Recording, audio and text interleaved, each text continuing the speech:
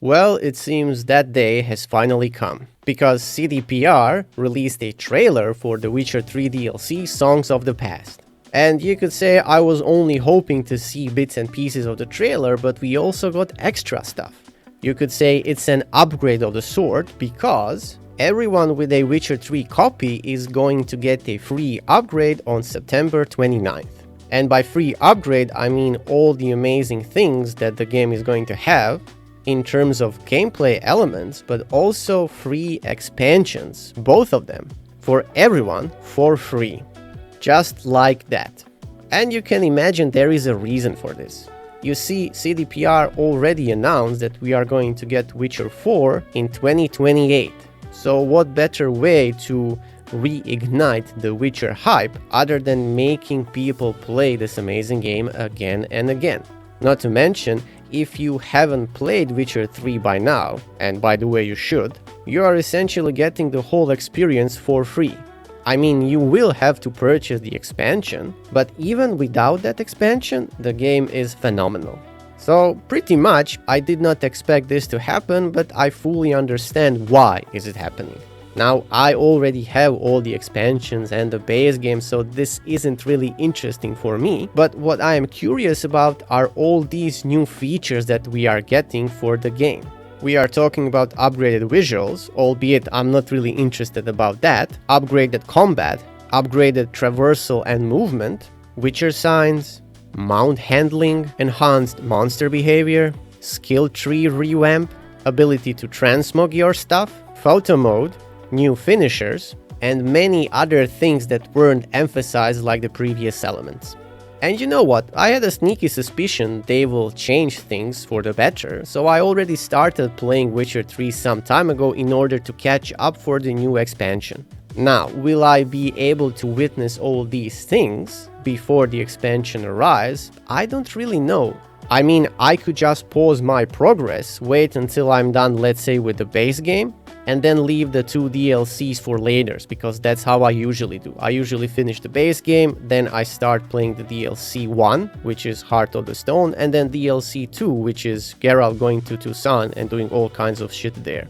Or I could just finish everything, have my save be ready for the expansion, and then enjoy all of the changes alongside the expansion. And now that I think about it, I believe that should be the proper way of doing things. I finish everything for the quote-unquote vanilla side of the game, and then when the new upgrade comes, I only play it when the new expansion arrives. I mean, I could fiddle a bit in the endgame because there might be certain things to do around the world, but at the end of the day, I would like to have a full experience, so that's what I'm going to do.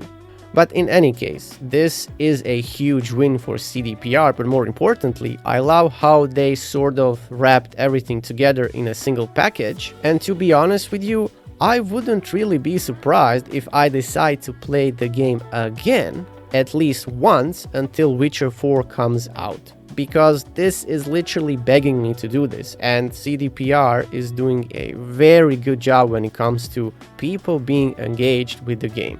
Also, another thing that I've just learned about is that they, and by they I mean CDPR, are going to have a crossover with Blizzard. Apparently, it seems that Geralt is going to come to Diablo 4 as a special skin.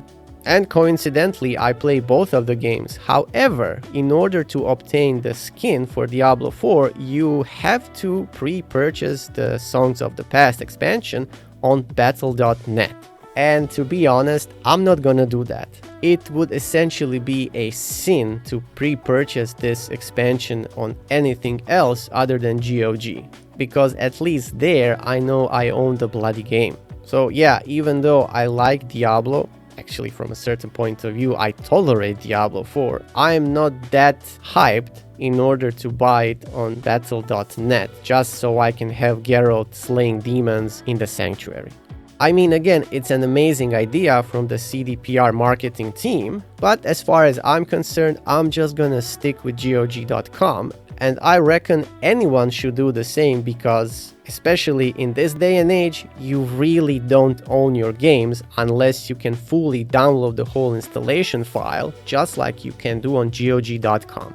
Overall, really great news for CDPR and for the Witcher franchise as a whole, and I reckon there's going to be more news coming in the coming days about the expansion, and possibly all other things they plan to introduce in The Witcher 3, but one thing is for certain. CDPR definitely knows how to motivate people to play Witcher 3 again, and to be honest, I'm not even mad about this. I think it's amazing because as far as I'm concerned, the game is amazing, it has amazing lore, amazing characters, amazing story, everything is as it should be when it comes to an epic RPG.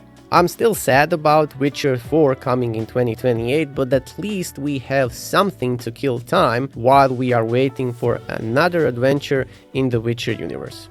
And that's basically my take on this news. Thanks very much for watching, and as always, like, share, subscribe, comment, all that good stuff. And that's it from me, until the next one.